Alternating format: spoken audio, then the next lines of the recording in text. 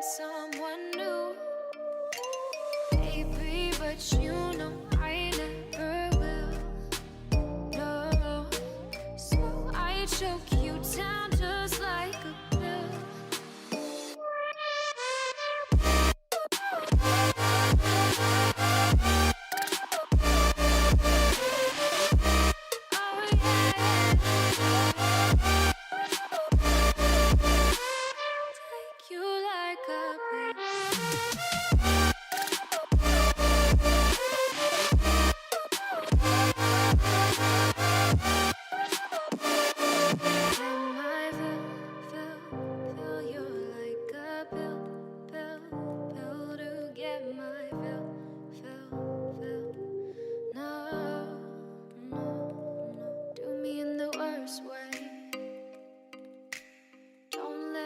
Sleep, never say you're sorry. Oh, maybe I'll leave, baby, but you know I never will. No, so I choke you down just like a pill.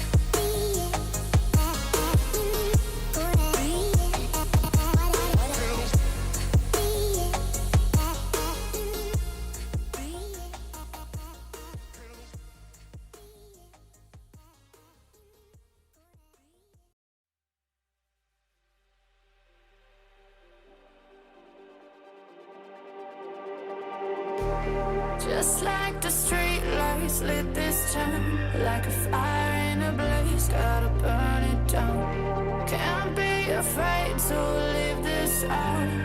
We got this far, don't know how. I see danger in your eyes. They know we'll burn down the night. Coming just like the sunrise. You know that we gonna let it rain tonight. We gonna let it rain tonight. We gonna let it rain just like the sunrise. We gonna let it rain.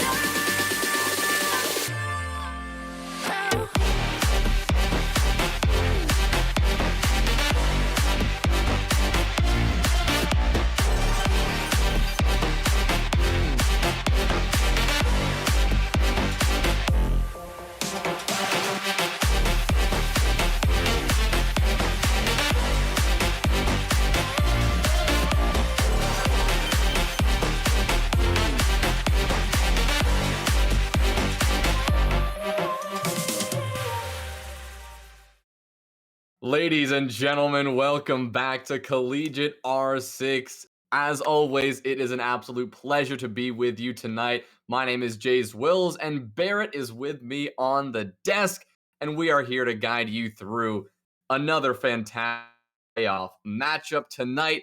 We're heading over to the Open League playoffs, the quarterfinals, and it is going to be an epic matchup between the number 1 seed, Kettering, the team to beat, and the number 8 seed, the team looking to make the underdog play, Northeastern University.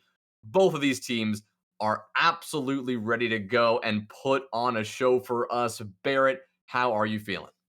Jay-Z, I am feeling good. This is the one thing I look forward to every week ever since I've joined the CR6 family. We are in playoffs yet again, the Elite Eight, if you will. Both teams here, deservedly so. They deserve to be here. I'm excited. Kettering squad, like you mentioned, the team to beat. But, I'm always leaning for that underdog. So it's going to be a good contest tonight. And I'm excited for some CR6 action. Well, you've got a little bit of that Kettering connection, and I go to school in Boston, so I've got a little bit of that Northeastern connection. So maybe we'll find the balance that way. But we'll talk a little bit about these teams and how they actually ended up here. The first seed, Kettering, of course, undefeated in the regular season, took down Oregon Tech in round 1, Oregon State in round 2, and here they are against Northeastern. Northeastern, on the other hand, of course, 8th seed coming out of the regular season. First, they took down Iowa, and then a tough matchup against the University of Minnesota Maroon, but they, of course, prevailed, and that is why they are here today. But let's take a look at our map bands and see exactly where these teams will be doing battle, because that shapes so much into how these two teams are going to play and maybe how we can predict which of these two teams is going to end up on top. Clubhouse off the board. Cafe to join Clubhouse in the trash bin. Villa is going to be that first pick. Yeah, and you mentioned the Kettering connection. My brother Bucka is on Kettering, and of course, not surprised to see Cafe taken off the board as they've kind of dubbed themselves Cafe U. So smart play by Northeastern here to take that off the board. Play into their weaknesses maybe of Kettering here. Excited to see Villa. I think we don't see Villa too much anymore. It seems like, or at least from the matches I've been with you, Jay Z, but. It's always good to see a little bit of a variation in the pool, especially for both teams here tonight. It absolutely is. Talk about that variation, and Theme Park finds its way as our decider map. Now, that is one of those dark horse maps for sure. It's one that you rarely get to see. And so when it is played, really you can throw everything you know about these teams out the window, because all bets are off when you go to one of these strange maps, especially like Theme Park, where some teams haven't even stratted for that, or in some cases don't even bother stratting for a theme park. So we're going to have to see if we even get there. Of course, this could very well end in 2 maps, both of these teams looking to end it as soon as possible. We can talk a little bit predictions wise. Barrett, of course, I've heard a little bit from the community and asked around. Snail, the person who we've gotten predictions from almost every week, gave the edge to Northeastern. Of course, that is an interesting decision, especially given that Kettering actually just recently took down ISU over in one of the other collegiate leagues out there. So that is an interesting pick. Maybe Snail feeling a little bit of that tilt, but I asked for his reasoning, and he said, well, Northeastern, they have got all the things in their favor. Kettering, they sometimes can get a little bit hung up on their attack. And so that is something that I'm confident we are going to be focusing on here. But Barrett, any predictions going forward? I know I think blood is thicker than water. I understand Snail. I heard about the scrim between Kettering and ISU. I totally understand where he's coming from. Of course, he would know way more about Northeastern than I probably do here tonight with being his research. But I'm gonna go with Kettering. I'm gonna stick with my brother's team. I've known these guys for a year now. They've been really good to me, and I'm excited. You got to root for your brother, though. It's family. You gotta do it. You gotta do it. And, speaking of your brother, speaking of Bucka, you have to look at Kettering's numbers and the statistics that they've put up this season because they have simply been quite incredible. Bucka specifically is the player that I always highlight as the player to watch. A 1.68 player rating, a 1.93 KD. Papa P as well will be another one of those players on Kettering to keep your eye on. But if you talk about this Northeastern roster, they've got quite a roster at their hands. They don't really have this core five that they've been going with. They really have varied it up quite a bit.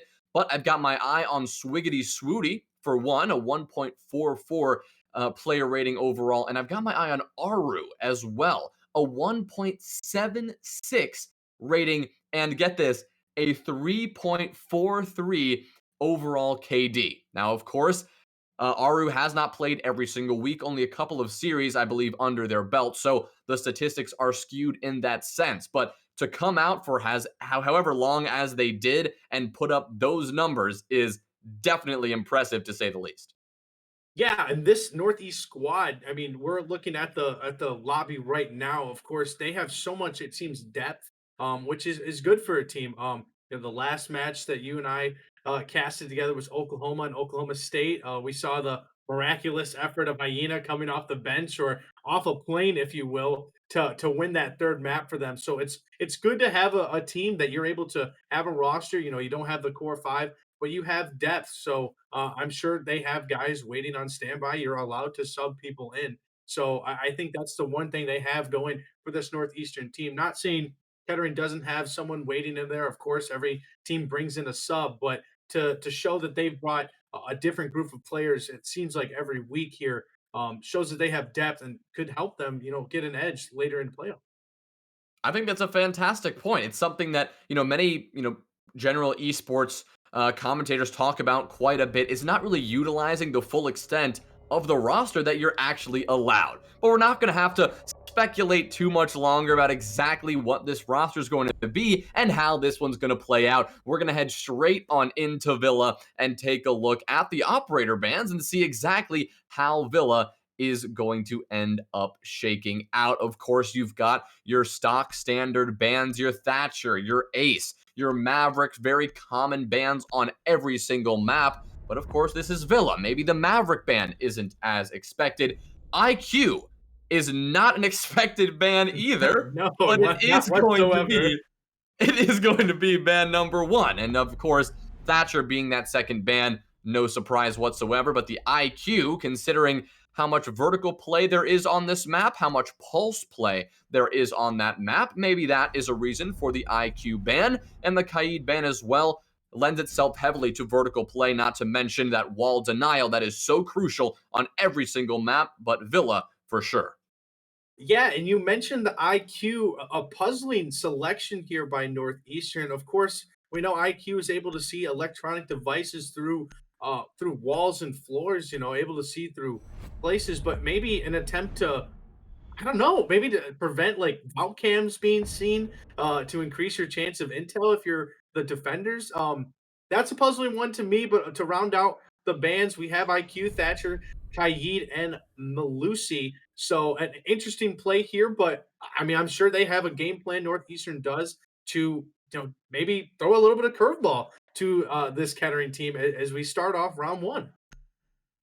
Yeah, and the curveball, of course, generally is going to come out from that attacking team. The reason I say that is because they are the ones who set the rhythm in each round. They can go for very aggressive pushes. They can bring out pretty unorthodox operators. And to the same way, though, the defense can do that as well. If you bring out an operator that attacking teams aren't used to seeing, Frost, a perfect example of that, something we saw on display in the EU finals just a few days ago. It does shape up the round as well. It shapes up exactly how the attackers have to approach the site, things they need to be careful of, things they need to focus on. So that could also be something that the IQ ban lends itself into later. How much you want to bring out those pulses, how much you want to bring out those gadgets that can be absolutely critical to any defensive success. But that defensive success is going to have to be found on site number 1, Plains and Games, the generally number 1 preferred primary bomb site of all these defensive teams. Northeastern starting out on defense, of course, and Kettering will be on the attack. This is Kettering's pick after all, Northeastern electing to start things off on defense. Yeah, and one of the things I want to highlight before we get into action here is the use of flanks by the defense. And of course, we see Snappy from KU coming out here with a Nomad.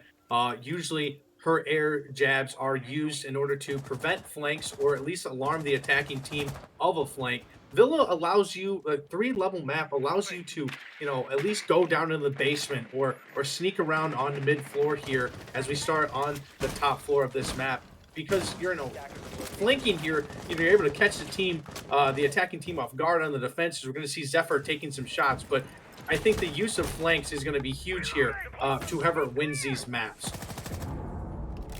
A great point, but something that Spanish will not be able to do for the remainder of round number 1. Papa finding the first kill of the series and removing the Goyo from play.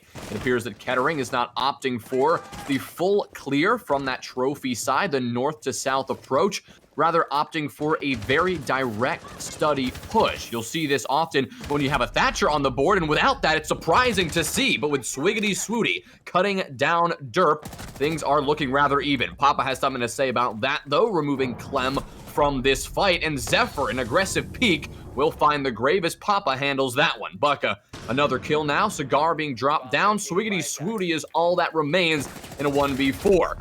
Prone angle from Papa, completing the 4K from the Maverick. Kettering take a very decisive round number 1.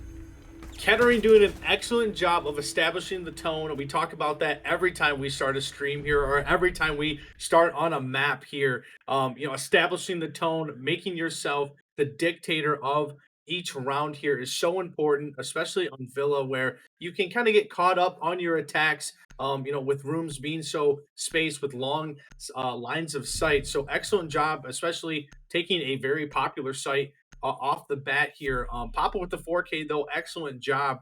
But if you are Northeastern, you're probably going to try to bring out something here. We bring out the Goyo. I would expect to see maybe a Legion to come out here in later rounds or something to deter the pace of Kettering.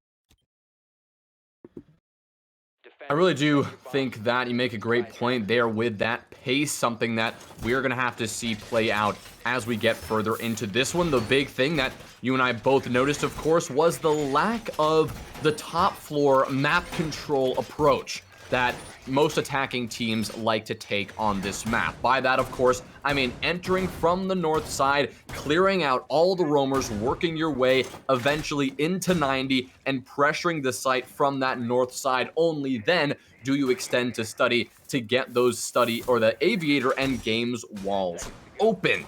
But Kettering, like you said, setting the pace, a direct study push with a little bit of vertical from below and eventually a push up red stairs. It was that pace that found them so many early kills and enabled them to take round number 1 with relative ease, I would say. But moving ahead to round number 2, Northeastern have, oddly enough, elected to try the same site again, thinking that maybe there's something they can change up pretty massively here to change the way this round is going to shake up to see exactly, how they can stall out this Kettering attack. Yeah, and we see, just that right now. We saw the Goyo of the Observer showed us on the bottom, so it's going to be roaming on the second floor of this map, which is very key. Flanks get you kills or at least change tides of battle in certain rounds. But right now, no extension placed out here to master bedroom or even couch or statutory for the moment. Interesting play there, I guess, hunkering down as we see the Goyo there on the bottom. But right now it's just going to be up to. We talk about this all the time, establishing a roaming presence as Bucka is going to be taking some bullets seemingly from above, it seemed like from Clem as he was watching the front door. So things will adjust from there. But establishing a roaming presence is usually a key to winning a victory here in each round. Yeah, it does seem that this time Kettering are making that full north approach, and Derp is going to be that first player to challenge onto 90. Of course, you've got Bucka holding this 90 window to prevent any defender from popping out into the hallway, but no defender will be doing that. Instead, it is a 3-man on-site hold, 1 player on top of main, and you've got Goyo, that is Spanish, playing down below. Clem now ripping the C4, tempting to possibly rain it on up into 90 as Derp finds one and the C4 is nowhere to be found. It's going to get caught on the reinforcement, not dealing any damage to those attackers. Clem looking for some action here, trying to retaliate, swings out and does not find success. Papa now will rotate around as the team of Kettering, they look like they're ready to get this execute going. Pressuring on all sides now, successfully opening up a wall or two, and Bucka finding Spanish, taking down the Goyo, rotating on upstairs. Things are looking good for Kettering once again. Yeah, and we see Papa P using his torch here to open up just lines of sight. So we're going to see Bucka get another kill here. He's eventually going to go down by the hand of Cigar, but Snappy is going to frag on Clem. So a 4v1 in favor of Kettering. 30 seconds left. Have to imagine the plant is going to be going down, but it does not matter as Anomaly is going to take out Cigar, and Kettering is going to establish a win in the second round. Kettering making it happen again in an equally decisive manner. 2 successful attacks and rather impressive attacks. Villa is, of course, that map that used to be extremely defensive-sided and used to be the map that you could really run ahead and get extremely in the momentum, of course, on that defensive side. But right now, it's Kettering with the momentum. It's Kettering setting the rhythm and setting their stride going into this series. Of course, what we talked about a little bit pre-match and something that we've noticed from Kettering in the past, at least I've noticed watching their matches, is their particular style of attack isn't so execute focused. It's not all about, lining up for that execute and saying 3, 2, 1, go and unleashing on the site. Rather, Kettering prefer a more loose style of attack. They'll open up every wall they can. They'll get as many sight lines into the bomb site as they can, and they will use that to just get kill after kill. And if Northeastern are going to keep swinging out and providing opportunities for those kills, there's no reason to suspect that round 3 is going to go any different. Of course, the difference is that we are now rotating over to Trophy and Statuary. Northeastern hoping that this is where they can change things up. But of course, only time will tell as Kettering have looked so clean thus far. Yeah, and I think the important thing Northeastern has to do here, and it doesn't look like it, but the thing you really want to do is stall time when sitting in the closet here off of master bedroom. I've seen a lot of teams so far in CR6 establish there with the deployable shield, have the ADSs. That way you're able to stall time in there because usually most people come from that master bedroom or come from the other side all the way to study. As you're actually going to see Kettering enter the building through the basement. So an interesting play here. Like you said, Jay-Z, not a traditional style of attack. Of course, it's going to be potentially droned out here as Clem and Derp are going to have a battle here coming up very soon. But as we move along here in this battle, it's just going to be interesting to see how the balance of roaming, as we see Clem here on that right now, versus the style of anchoring down on site. Yeah, the roam, of course, can be very hit or miss, especially on this top floor bomb site. You'll overly aggress on that vertical pressure, and all of a sudden, you're losing quite a bit of your manpower before the actual push onto the site itself gets underway. The push for now does seem that it's coming from the study side. The south side doing the opposite approach that Kettering did in just one round ago, this time working their way in. from that study side and pushing up to 90 from the other direction. Zephyr's position, though, is fully known. The air jab is going to make that even furthered, and Papa is also wary of a player potentially working their way up the red stairs. But Zephyr rotating around, possibly going for that Astro staircase, rotating on back up, but there's one player in his way. That's going to be one, but the shots are going to rain out, finally getting the kill. Zephyr taking down Bucka, and for the first time, Northeastern, they've got the man count in their favor. Now they have this advantage. Yeah, an excellent job here. Snappy's going to be taking down Clem, but an excellent job by Zephyr to establish the flank, get a crucial pick for the Northeastern team as we've just hit the 50-second mark here. So the stalling by the Roam has done its job. We're going to see a almost pinch here. Snappy's going to take down Zephyr, so the Roam is no more, but he's done his job enough as there is 40 seconds left for this Kettering team to plant the diffuser. But ultimately, you're going to have to, establish something. Swiggity Swooty is going to be going down, not out completely. Spanish Inquisition is here. Anomaly is going to be laying down the diffuser. 2 players are down for Northeastern, all up to Cigar. Diffuser is planted. Derp's going to be taken down. Derp's going to take down Swiggity Swooty. Cigar going to be taking down Snappy. But of course, Cigar is all by himself as Derp finishes off Spanish Inquisition and Papa finishes off Cigar. So Kettering took a little bit longer, but ultimately got the result they wanted in round 3. Kettering just on a roll right now, and the thing we talked about from Northeastern, it would be all about not giving the opportunity for just collect kill after kill. Holding power positions is crucial on defense, especially on a map like Villa. Power positions like that deployable shield and statuary, or a power position in the top of main stairs, often the crux of any AVG push from the attackers. However, Northeastern, they're not putting too much into those positions. Rather, they're playing a loose style of defense, and when you put a loose style of defense in against a very loose and aggressive style of attack, well, I think we're seeing how that will shake out right now in front of us. I mean, Kettering, this is the first time they've gotten the diffuser on the ground, but it's not the first time that they have executed on the site well before the end of the round. They're not wasting any time. Once they go down their checklist, you've got map control, now you're in master, you know where those roamers are, you've removed them, okay, time to open up the lines of sight and push on in. That is all that Kettering are doing right now, and it is working perfectly against Northeastern, a team that we talked about. They have it. They have it in them. Despite being an 8th seed, this is a team that has showcased their ability to contend at the highest level, but Kettering is making them really have to work for it here. Going into round number 4, Northeastern, they're going to pull out all the stops. They're going to bring out the Mira. Cigar switching from the smoke to the Mira on this Plains and Game site once again.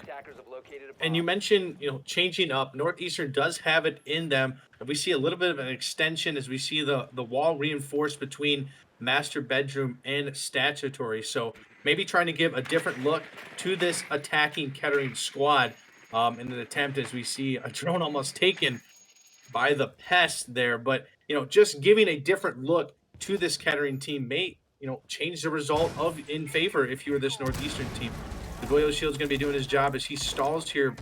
Actually, I'm sorry, the shield is not taken away. So I'm wondering if that was just missed before. But giving a different look to the Kettering team may prevent, may dictate, allow you to dictate the match as opposed to what's happened in the last 3 previous rounds. Yeah, the push from this trophy and statuary side has at least dictated the pace for round number 4. You've got Swiggity Swooty, who's been forced to fall off that position, now rotating back to 90. But Bucka, again, pressuring on this 90 window. Zephyr is caught between a rock and a hard place here. He's got to get moving, and he's going to get moving straight into the sight line of Bucka, and Bucka does not miss those shots. So it's 4 defenders remaining for Northeastern. Their on-site pressure collapsing. Spanish Inquisition hoping to be the savior of the round using that C4 from below, but you check his inventory, no C4 is to be had. The vertical angle is actually going to find him in the grave as Swiggity Swooty was able to take down Papa just prior, but things are once again collapsing for Northeastern. They they're a bit antsy. They want to be moving around and finding these kills, but Kettering are punishing them for that. Derp finds one, Clem finds the blow, eventually taking down Derp in the retaliation there. But things are sitting hard again for Northeastern. Swiggity Swooty is off-site. Clem is waiting to be found, waiting for the pressure on site to work out. Of course, Swiggity Swooty just found one, but will that be enough? Anomaly is now on the hunt. Swiggity Swooty now at 1 HP and is rotating away, hoping that a flank could be the saving grace for Northeastern here. Clem gonna swing on up, looks for the shots on one. That's gonna be Snappy, finds the headshot, pushing on through. Snappy now a double kill, and now the diffuser is gonna go on down. Swiggity Swooty, 1 HP. He's got to retake and get this double kill. The air jab will telegraph his position. Now Kettering know where the 90 push is going to be coming from. Swiggity Swooty is going to have to make this one happen, but this looks brutal. 1 HP against almost 150. And a retake with now he's become the attacker. The C4 could help that. It will, taking down one and making it a triple kill for the Mozzie. But he's got one more to find and 20 seconds to do it. The diffuser still on the ground. Anomaly still keeping a watchful eye. Swiggity Swooty's gonna have to get quite aggressive here or go for a ninja defuse of some kind, but he doesn't know where Anomaly is positioned. Kettering, round number 4. This one looked a bit dicey for them. Northeastern put up a fight here, but Kettering prevailed nonetheless. You know, Northeastern, we gave a different look. Time stalling. I think that was an excellent job by them, giving a different look to Kettering. And we saw the flank. Unfortunately, the nitro cell that was thrown from the Goyo Spanish Inquisition, unfortunately, was his demise, because that is how he died, from the vertical shots from above from Snappy. But almost a clutch moment here from Swiggity Swooty as he threw the nitro cell to get the first attacker, but unfortunately is unable to come away with the win. So if you are Northeastern, you have to imagine we're going to get one. Each round has become closer and closer and closer. Kettering edges out that one in round 4, but in round 5, you have to have promise here to at least take, these next 2 rounds before you go on attack. Yeah, Barrett, you bring up a great point, and that's the round economics per se that are always so crucial when you're nearing that halfway mark. For Northeastern, they're reaching a point of desperation here. I mean, of course, it's the first map of this series. They've got a long night ahead of them. Not desperation in the overall series sense, but the way Villa is looking right now, it is very Kettering favored on defense. On Villa, you are expected to come away with at least 3 rounds. I mean, that is generally at least the way we see it shake out in the collegiate scene. But right now, of course, Northeastern haven't found even a single round under their belt. It's Kettering sitting at 4-0. Flawless performance from them so far. And another interesting decision from Northeastern is coming out. We are going to see Aviator in games for the 4th time. We haven't seen the tertiary bomb site. We've only seen trophy and statuary once. Northeastern seem very committed to this bomb site, avoiding that tertiary bomb site like the plague. Kettering have shown such promise on this site 3 out of these 4 rounds. There is no reason to suspect why they can't do it for a 4th time. Now, all the viewers at home, keep in mind, this is Kettering's pick, so they had to have picked the map knowing that they could feel a little more confident, especially on this map. So it's not like they picked this map and didn't have a plan for it. But, an excellent job right now by Kettering, just to establish the pace. But if you're Northeastern, I would suggest maybe going to a different bomb site. I didn't expect us to be going back to Aviator games for the 4th time in a map, especially since they haven't been successful once on it. But to each is their own, if you will, JZ. But if you're Northeastern, you're closer and closer to a victory. With a minute 30 almost heads off the clock here, you have to be feeling confident, though no one has died just yet. Yeah, this time, nobody falling early from Northeastern. Maybe this is what they needed to change. They extended those roamers, but they pulled them back as soon as the pressure from that trophy side was established. That's going to allow Spanish Inquisition to find one. The C4 from below, so crucial, taking down the Ash. Derp will no longer be a factor in round number 5, so Northeastern, they once again find themselves in the man advantage. They've got the upper hand here. Now they just have to play passive. They have to play the last minute off this clock so perfectly. If they do that, if they force Kettering to walk into their open arms, it could go so well for them. We're going to have to see if they can pull that off, though. You've got Papa opening up that vault wall with that Surrey torch. Now rotating around to pressure onto this aviator door from the landing side. Bucka will find one in the meantime, taking down Zephyr and even things out on the man count. Spanish Inquisition, the flick onto Bucka there, despite the flank being known, prevailing in the gunfight. Clem, a double kill with the C4, but one of those, of course, his teammate. Clem finds another, taking down Papa. Snappy, a last alive in a 1v3. Finally, Northeastern are looking good here. Snappy's going to go for the plant. There's no C4s remaining. I lied, it was tossed out. As I said, that Swiggity Swooty once again finding the kill with the Nitro. I believe that was, what, 4 out of 5 Nitro kills in that round? Yeah, one of them coming onto the teammates, but that's okay. Excellent job by Northeastern there. We talked about the flanks at the start of this map. Excellent job, Northeastern finally establishing a flanker that was able to get a kill, not only one but two, which are very important, especially since they were crucial gunfights. One was with the C4 and one was a battle on main stairs. So excellent job by Northeastern.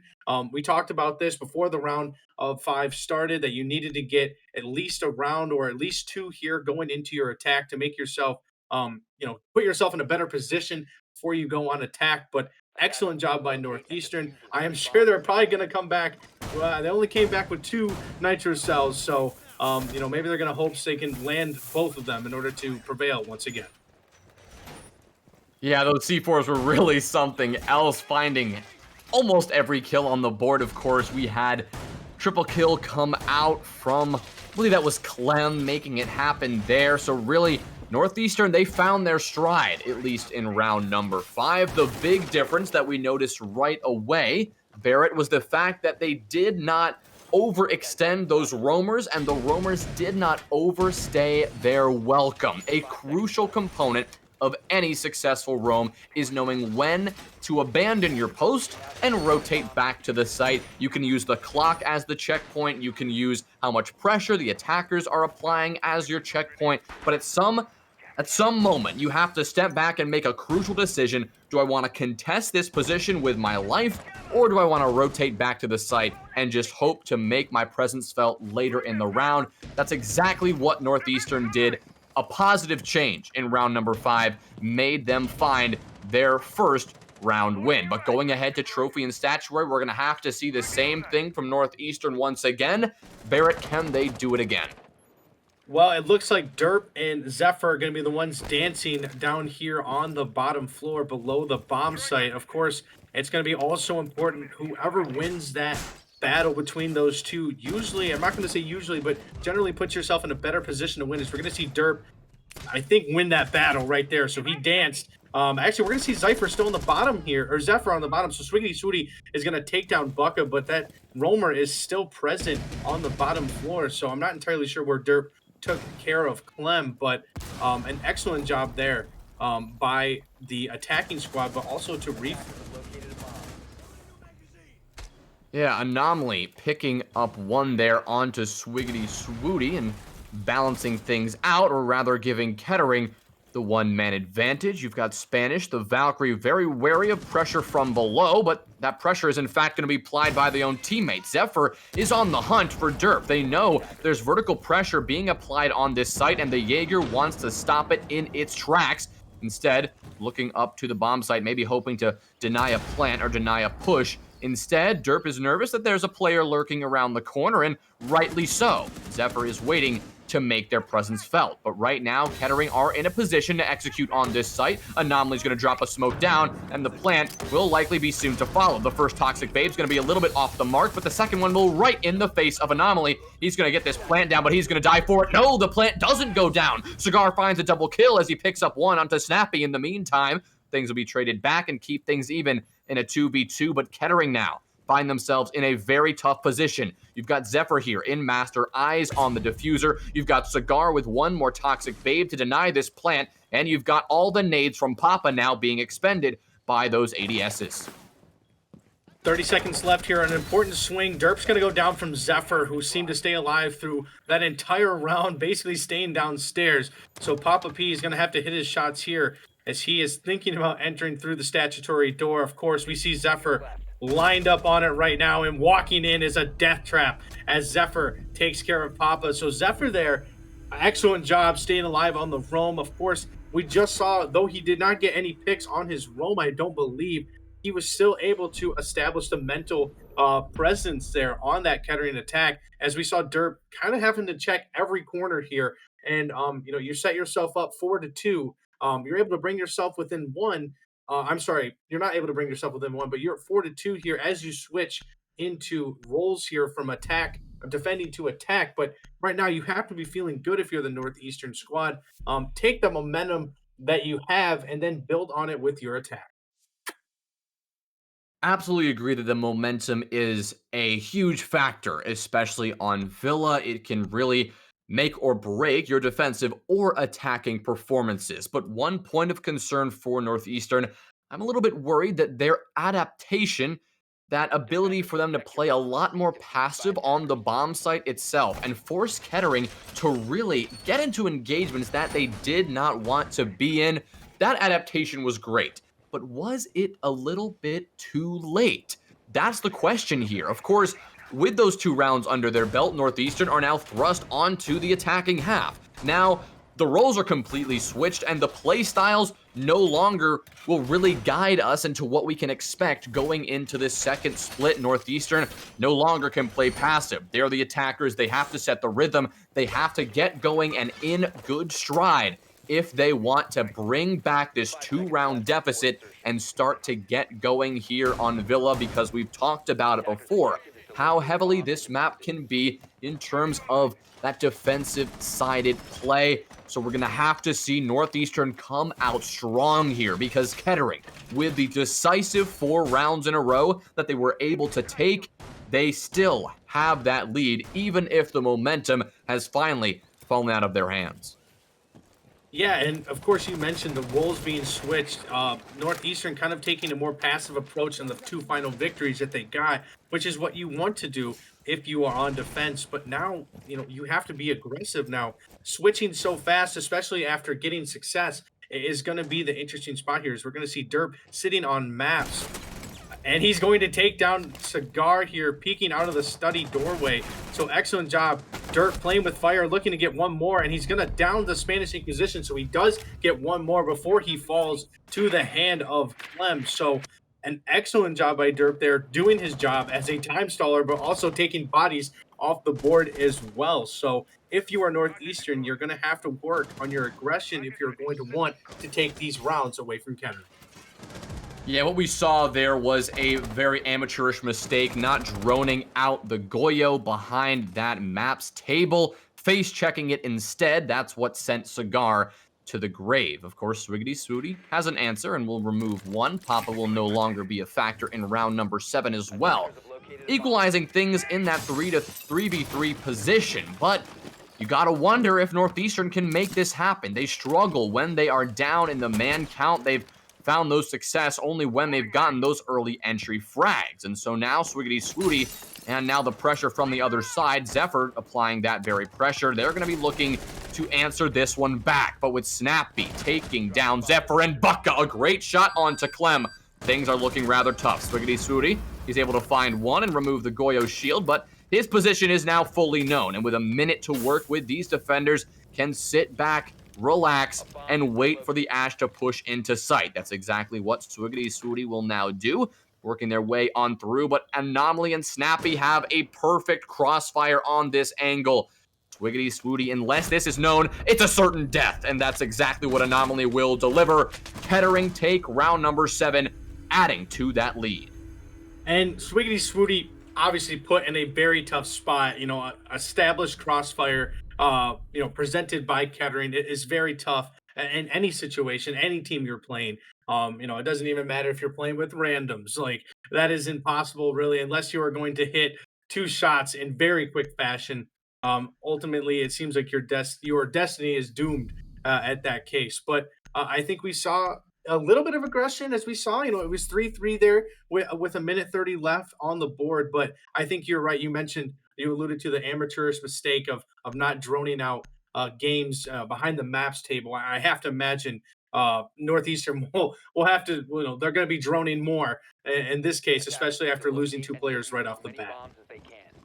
Yeah, I mean, the reason I bring that up, I don't like to really dig into teams for making mistakes like that, but at this level, in the quarterfinals of the Open League, there's no business here for that kind of mistake. Face checking an angle is always going to be a risky move. Of course, sometimes you need to do it, but when you're just entering the map, when you expect resistance on the south side, almost always you'll have a roamer, either with utility or not, on that extension in Aviator or in games.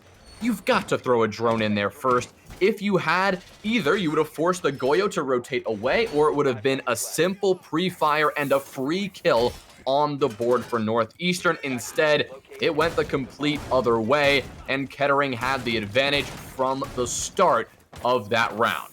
Preferring Trophy Statuary as their primary site and taking that win, they will now be rotating over to Plains and Games, looking to repeat that very success.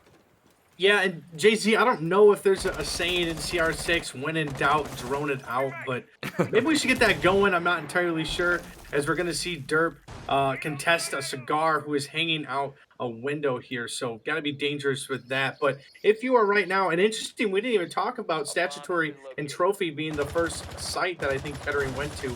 I guess going against the grain here is we usually see Aviator Games played first, but maybe a little bit of curveball. Of course, this whole thing is kind of a semi-chess match here, as we see drones placed out by Northeastern, so learning their lesson in a sense. But an interesting play. We'll see how it helps Kettering or does not help North. We see Bucca take down Spanish Inquisition into the further points of the round. Derp finding another, removing Cigar, and Northeastern are once again on the struggle bus in round number 8. They've got that 3v5. Of course, this push is now successful from Clem, removing Bucca from that position in the top of main stairs. Swiggity Swooty will now take up the position that Bucca has now left and will be looking to apply the on-site pressure. But of course, the Evil Eye, now removed, has known that every single attacker is now coming from this south side. So Kettering can now position, they can wait for this push to come through. Snappy won't find the C4, but Papa will find the headshot onto Zephyr. Swiggity Swooty, no answer down there on 90 as Papa finds another, and a triple kill as Swiggity Swooty is cut down, as Papa delivers the blow, and as Kettering finds themselves eyes on match point, a 6-2 margin right now. Excellent job by Kettering, especially getting the initial pick off the bat. Of course, losing your entry is very detrimental to your team, especially when you want to have the speed and agility in a gunfight. But Papa just sitting basically on top of the bar there in games. Excellent job of taking down one by one. It seemed like feeding the Alda, your favorite, you like to say, Jay-Z, the 81 bullets. But excellent job by the Kettering as they are looking at match point right now. So 6-2, but this is their map pick. So this wasn't out of the ordinary, and it was not at least unexpected. At least you're expected to win your first map that you choose. So of course you can't hang your head completely if you're Northeastern. It is not over yet. Anything can happen as we enter ourselves onto the third tertiary bomb site. Yeah, heading to this site for the first time in this series, it's going to be interesting to see how it's actually going to come into play. Of course, the IQ ban, which we talked so much about before round 1, has really not come into effect all that much, because this is the first time we are going to see bomb site number 3, the first time we are going to see Anomaly bringing out the pulse. And so you have to see exactly what Northeastern are going to do to counter it, but then a big question mark exists as well, the presence of Bucca opting for the cap can. Of course, a great way to get a little bit of free damage onto any entering attackers, not to mention you've got a C4 in your pocket that will add to the absolute C4 Nitro Cell bonanza that we have on our hands. Take a look at the left side of your screen. 1, 2, 3, 4, 5 C4s on the board. An absolute chaos is what this is going to be. If Northeastern enter from above, the C4s are no doubt going to be raining on up and blowing some attackers sky high. But Spanish wants to shortcut that, but he's going to be punished for it. The Yana punished as well. Goodbye, Spanish. Goodbye, Swiggity Swooty, and goodbye, Zephyr. Derp finds the headshot onto another. Derp finds a double kill. Cigar is gone, and Northeastern are feeding kills to Kettering. Bucka finishes the flawless round. Kettering making quick work of this Husky team and sending it over to map 2 in style. Wow, I mean, I had a whole point about them not having the IQ, but I didn't even get to that point. That round was so fast. Excellent job by Kettering too. It seems like the M590, the shotgun was the set off right there for the round, but excellent job there by Kettering, winning this 7-2 in fashion. Of course, this is their map that they chose, so no shame if you are this Northeastern Husky squad. But now it is time to defend your home map, or at least the map you chose in this round, because you are going to want to set the pace even higher compared to what just happened in that map on Villa.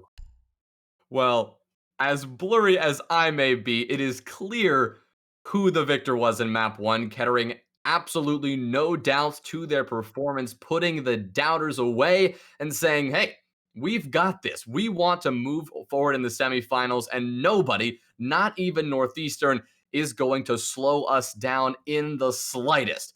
We're going to have to see how map 2 plays out and if Northeastern can answer on their own map pick of Oregon in just a few minutes. So stick with us and we will be right back.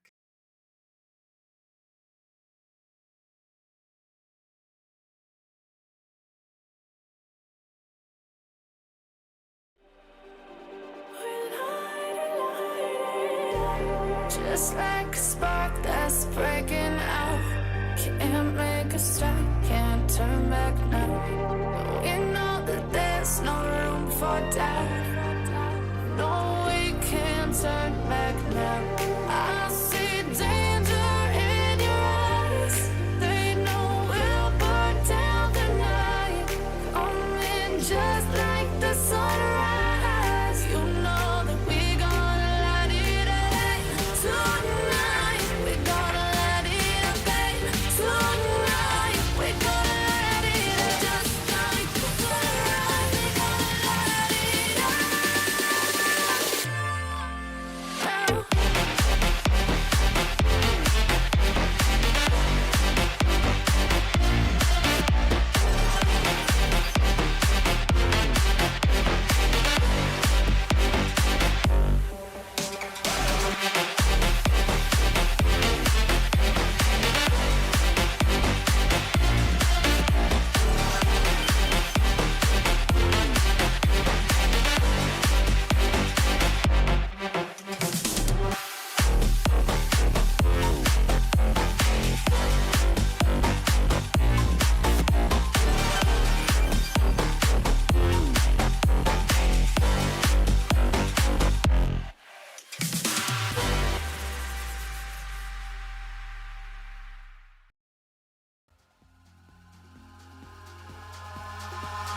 Eyes in the sky, gazing far into the night. I raise my hand to the fire, but it's no use, 'cause you can't stop it from shining through. It's true, baby, let the light shine through. If you believe it's true, baby, won't you let the light shine through for you.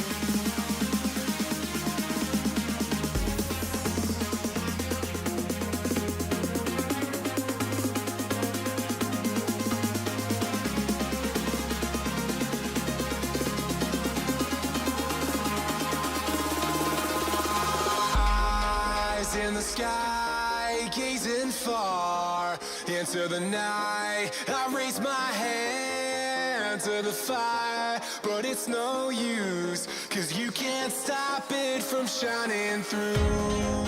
It's true, baby, let the light shine through. If you believe it's true, baby, won't you let the light shine through for you, for you, for you, for you, for you, for you,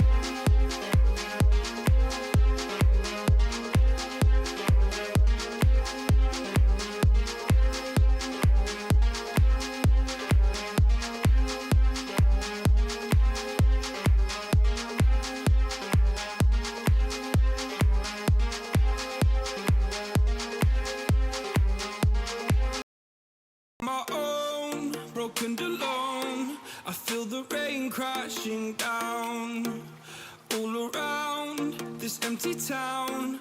I'm searching for the Ladies and gentlemen, welcome back. If you're just joining us, we just saw Kettering absolutely stomp Northeastern on map 1, 7-2. A very clean victory delivered for them. Now, Northeastern, moving on to their map pick of Oregon, are looking for a necessary response. Can they find it? I guess we'll have to see. Barrett, what do you think?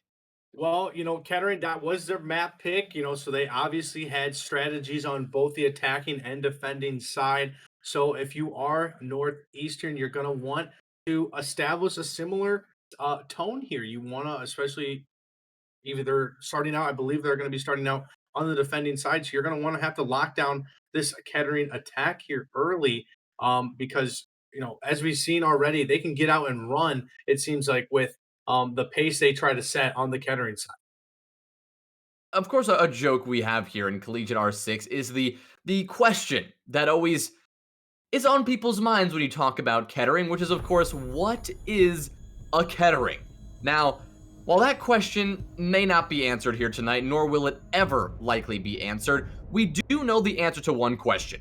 Does Kettering deserve to be here? The reason I bring that up is because this is a team that has so many doubters, no doubt. They are playing with a chip on their shoulder because people look at this team and they say, sure, you're good, but who have you been playing against? They look at the strength of competition, they look at the score lines, and they say, well, Kettering, they're a good team, but maybe they're just not cut out for the top of the top, the best siege in collegiate. Maybe they cannot hang with the big boys per se. But I think what Kettering are on a mission to prove is that they can absolutely hang. More so, they can absolutely dominate even some of the stronger teams. So in map 1, they sent that message and they said it very clearly.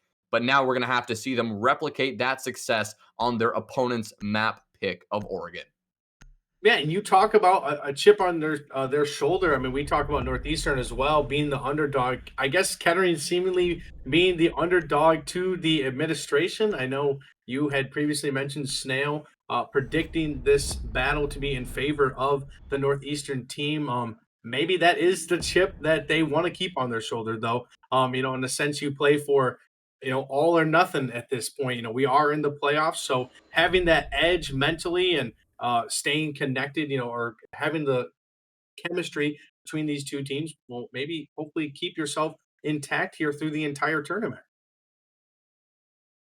Well, going forth to Oregon, we took a look at our operator bands. Of course, Thatcher, Jackal, Malusi, and Mira all coming off the board. Nothing too much of note there. The Mira and Malusi, both staple bands of really this map and most maps in Siege. But one thing that is interesting is the Jackal, something of a more ranked style band. In comp, you would expect maybe something of a Maverick or a Hibana, something that could be more specific to these bomb sites on this particular map, but it seems that these teams would prefer to remove the Jackal, allow their roamers to thrive in particular situations. And it seems that we're going to have to see how those roamers thrive on this first bomb site, Kids and Dorms, where Kettering elects to start off their defense. But now Northeastern have the opportunity, just like Kettering did on Villa, to set the pace early. If they are able, Northeastern being they, able to come out and really just hammer round wins after round wins and force Kettering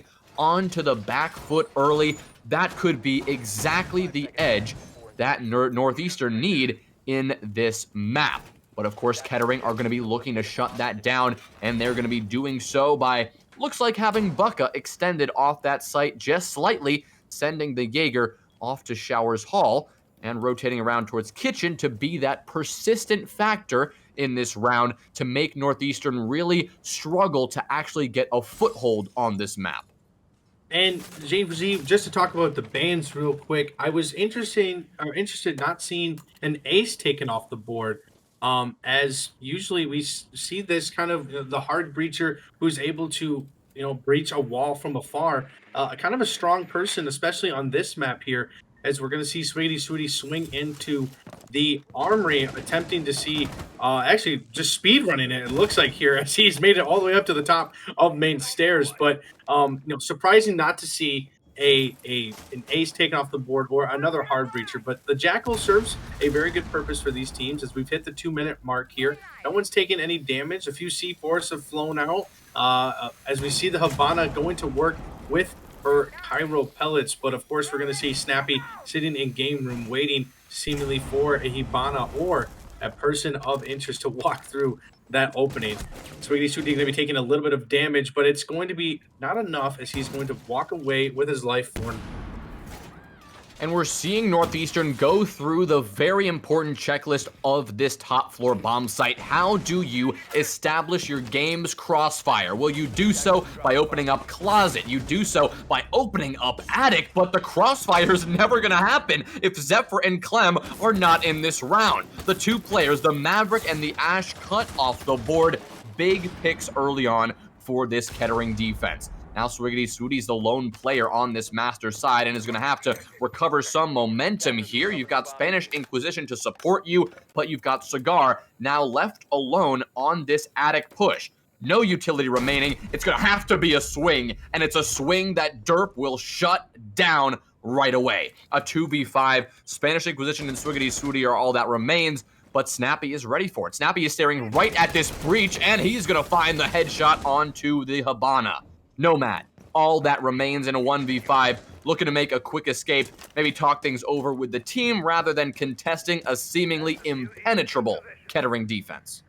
Yeah, and this move we saw last time we cast together, I think, Jay-Z, was Oklahoma and Oklahoma State. We saw the Oklahoma State squad seemingly, fail their attack, give up the round. But this was a move by them. That way they were able to take the entire time to talk about what had happened, reflect, maybe gather yourself. This is a very important round. You want to start out here. You'd rather talk about things now before things get completely out of hand. So right now, Kettering's going to take the first round here on defense, but a smart play here, a very mature play by this Northeastern squad to take a step back, reflect on what just happened, and make adjustments.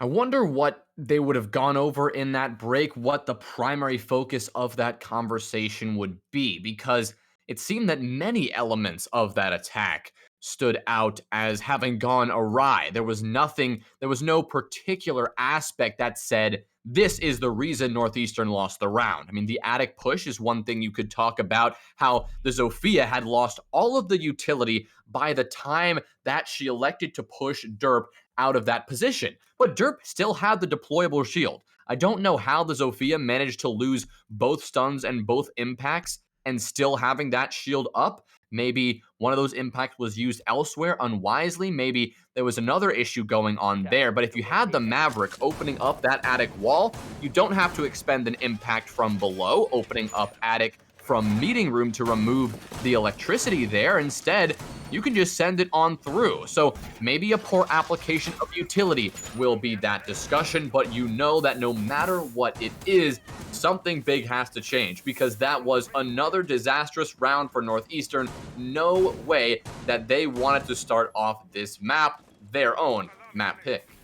And we're going to see Clash here actually be brought into play here. I know this is a unique. We don't see Clash too many times, but I think the plan of attack here, at least from the Kettering side, is pinch off into this elbow here and burn time. We talked about, your whole job as the defender is either kill them all or stall all the time away. So we're going to probably see Bucky here pushed out and extended into blue bunker, which is wise enough, but we do see the Momai, so the pancakes and the ADSs are there. So seemingly it looks like it's going to be a protect the Clash here, but it might be all for nothing as we see two attackers already establishing control at the top. So maybe a miss strategy there. So it's going to be, I think Kettering was banking on Northeastern to come from that blue bunker there, but it seems like all for nothing. It doesn't even look like that is probably even going to be broken down there in the blue bunker.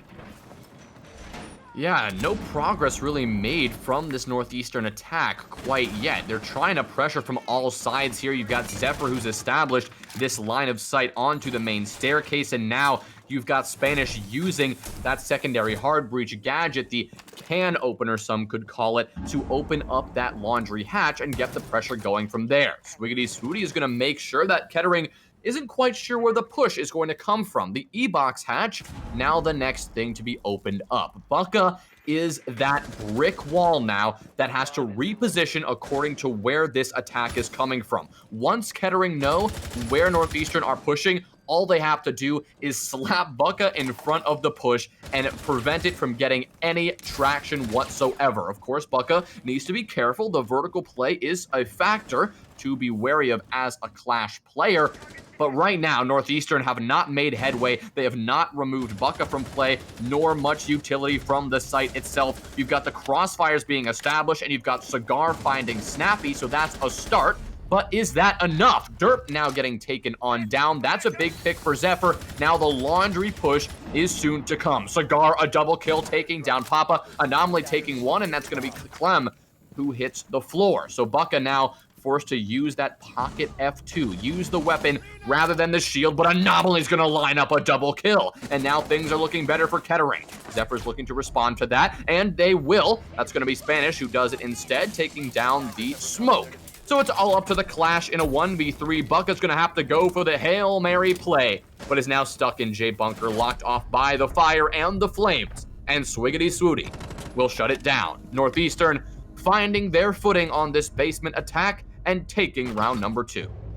And an excellent job by Northeastern to not come from an expected spot on the map. It didn't even, as I mentioned before, the blue bunker reinforced doorway wasn't even probably touched other than a bullet maybe that strayed off to maybe damage it. But I have to imagine this is the kind of the gamble you take with bringing Clash to the table, as you are able to, you're basically stuck. It's not an operator that can win a gunfight. At least, you have the pocket F2 you mentioned, Jay-Z, but you're not, it's not an operator that's going to move around quickly enough to dip and dodge away from the attacking squad. So maybe that'll be the last time we see Clash, but excellent job by Northeastern to tie it up here. And we already saw an adjustment, and taking that time away we saw in round 1, it has already resulted in something as a win right here in early moments of this map.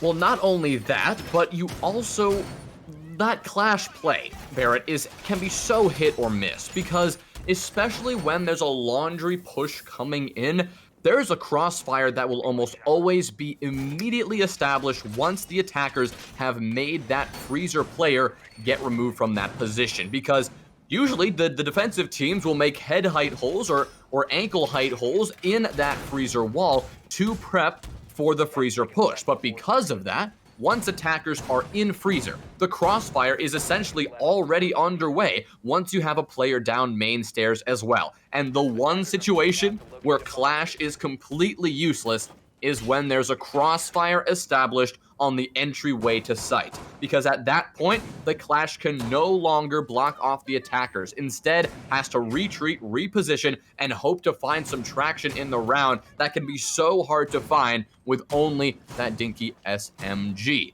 So that was the miss for Kettering, and Northeastern did a brilliant job of punishing that choice, electing to go for that supply neglecting to go for the supply room push and rather choosing to go for the laundry take instead. That was the perfect read in a much needed situation.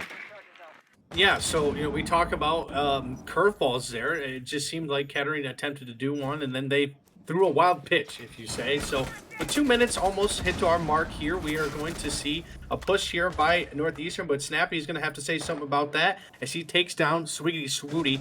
Of course, Spanish Inquisition is already in showers. Snappy is going to take down another and get a piece of Clem. So going for 3. But the the Ying is in. Maybe a misfire on the Candela. It doesn't matter, though, as he's able to take down Snappy. So Derp is left to now reposition himself, basically replace Snappy. Derp's going to take down Spanish Inquisition, so the Candelas are off the board. Clem left with very little health left as Zephyr, the Ash is still alive, though, so chances are completely dead for Northeastern. But right now, Kettering responding better than they did in round 2. Yeah, it's going to have to be quite a play here, and Clem finding the headshot through the head height Maverick hole, removing Derp, is going to start things off okay for Northeastern in this much-needed clutch situation. You've still got 2 players on the board with 4 drones on the table and 2 frag grenades to use. This position, I'd argue, is pretty balanced, actually, between the defenders and the attackers here. No one team has the overwhelming edge, especially because one player is busy rotating around to the other side of kitchen. Zephyr could capitalize on that, but instead gonna face check the angle and get punished by Bucka on the swing and the kill again. Bucka finding the second. Clem cut down. Kettering another round in their favor. That will be that 2-1 split. Wow, and such a small angle there we see from Bucka as he finishes off the Northeastern squad in round 3. But something we didn't talk about, JZ, was the pick by Papa P to bring in the Oryx. Of course, Oryx is able to hop up and down through hatches, so having a different way of transportation or on the map where you have different routes, I thought we were going to see that in play. Unfortunately, we did not. But Kettering responding after dropping round 2, winning in round 3 here with a resounding defense here was in kitchen and dining hall. So back to kids and dorms we go. Of course, we saw the attack falter by the Northeastern squad last time, failing to pinch from master bedroom and attic. I have to imagine there's going to be some adjustments, at least from this attic push here. Maybe we'll get to see what happened, if it happens again here, what happened to all of Zofia's utility as, we'll see what happens. Maybe there wasn't a Womai, if I remember right, JZ. I think it was just a Jaeger, so maybe it was just an ill-advised attempt at destroying the shield here in attic. Yeah, you mentioned that, and I think that is one of those crux points that Northeastern is going to have to conquer a bit more efficiently. That time delay is something that they struggled with on those failure rounds, but on the one that they found so much success, it's simply because they were able to get map control and push down into the site with such efficiency. They didn't wait until the last few seconds in the round. Because of that, they could hold long angles into the site and shut down any sort of repositioning that Kettering were trying to get going, and something that they did quite a lot of because, as we talked about, they brought the Clash, and repositioning is all what Clash does, trying to find the best angle to stall out that push. Once again, the push is going to be on this tower side. You've got Spanish Inquisition now joining the team on this north side approach. Rather, you've got a large part of the team on that north side. Only one player. That is going to be the Habana, most likely, the Ace, most likely, coming in from the other side. It's Zephyr instead to do that, as now the Clem will get the Maverick tricking underway. You've got Derp here playing this aggressive. He wants to get an early pick here, but the Maverick now opening up multiple angles is going to force Durf into a tough spot. Not going to make the mistake with the prone Goya once again, this time droning it out, clearing it out, and now the push into Attic is known, and now they can get it going. Clear those ADSs and get that shield dealt with. Yeah, Swiggy Swooty going to go down. Another thing I'd like to note by Northeastern here is Derp's going to pick up a C4 kill on Cigar, but they did so many so many more attempts at droning there, especially from the Attic side, which is very important. Gunfire is going to be raining out. Papa P with the Alda is going to take down Clem. 5v2 in favor of Kettering. Spanish Inquisition is going to get gunned down from Dorms as Bucka takes care of him with the headshot. Nice shot reigns in the chat. Zephyr left all to his lonesome. Has a tall task ahead of him as he sits in trophy. As he runs back to master bedroom. Of course, he's going to try to have to pick people off one by one, but it's going to be a very tough task here. Minute left on the clock. Diffuser not in hand. Tough task. And maybe we're going to see an attempt. Are we going to see another bit of... No, we're not. I thought we were going to see another fault round here, and we're going to see some talks and mature. It seems like Zephyr is moving in place, but right now, Kettering's in... I don't know if you saw that either. Kettering is in hand right now here with 5 alive versus 1. Here is 35 seconds as we've just hit that. Yeah, Kettering, very comfortable to hang out on the site. Zephyr making his intentions quite clear that a push would bear no fruit. Might as well just wait this one out. Maybe send it in, but at the end of the day, it doesn't matter. Kettering have another round under their hands here. Bucka making that certain. But Northeastern there struggled again with both the trophy push and the Attic clear. Let's ignore the Attic clear for a second because there was one catastrophic mistake that Northeastern made that stopped the round in its tracks. It was Ace challenging on trophy door when the master wall had not been opened, his utility not been used. You have an AK-12, and of course, it's a good weapon. You want to frag out. We understand that. But if you're playing Ace, if you're a core part of the team whose only goal on that site, his sole purpose is to open up the closet wall using those Selma charges. If you throw those charges away by swinging on trophy door when it's not your job to do so, of course the round is not going to go in your favor. The Ash had dealt with the utility from below using the breaching rounds. The wall was no longer electrified. It was able to be opened at that point, but with Ace dead, and with the Attic push shut down in its tracks by Derp on the C4 toss, Northeastern had no hopes. The round was over before it began, and Kettering continue to be looking quite strong here, continue to really be showing that chip on their shoulder and how important that is and how that is working for them huge, even on Northeastern's map. Going forward to round number 5, you've got to see a change from Northeastern. They won this site before. They need to replicate that success once again. Yeah, and Bucka 6 picking away from the Clash. So, in Northeastern's mind, the Clash is on the board up until he is droned away. So, of course, you're still allowed to change, as we're going to see 3 spawn main side here on the south side of the map. So it doesn't look like Blue Bunker is going to be utilized unless we see Capital there on the bottom there, but it doesn't seem like anyone is going to be going bunker side. So again, a change by Kettering there to not bring the Clash again. I think they found that was unsuccessful. But now we're going to see Bucka on the flank. So I think going back to the roots of staying with the Jaeger on flank is probably a better option for Kettering at this point. Well, it appears that Kettering have made a slight adjustment to the hold on this basement site last time. You've got Bucka now opting to hold this even longer on this extension. A C4 out of where? Where did that C4 come from? I have no idea. It doesn't look like the floor has exploded. Yeah, but Spanish finds one anyway and takes the Bucka off the board. It could have come from that top of freezer stairs, of course, as our observer is indicating to us, but nonetheless, a brutal C4 will drop Zephyr down to low HP, but with Bucka off the table, Northeastern are starting things off strong here on round number 5. This is just the way they wanted to kick off another basement attack. Kettering, the adjustment they wanted to bring was throwing that extended roam and making Bucka really stall out the push and delay the time as much as he could. but falling early will not succeed in that time delay. Derp raining a C4 on up above will not find its target, and now Spanish Inquisition will be able to continue the E-box pressure while the rest of the team is focused on this freezer and laundry crossfire.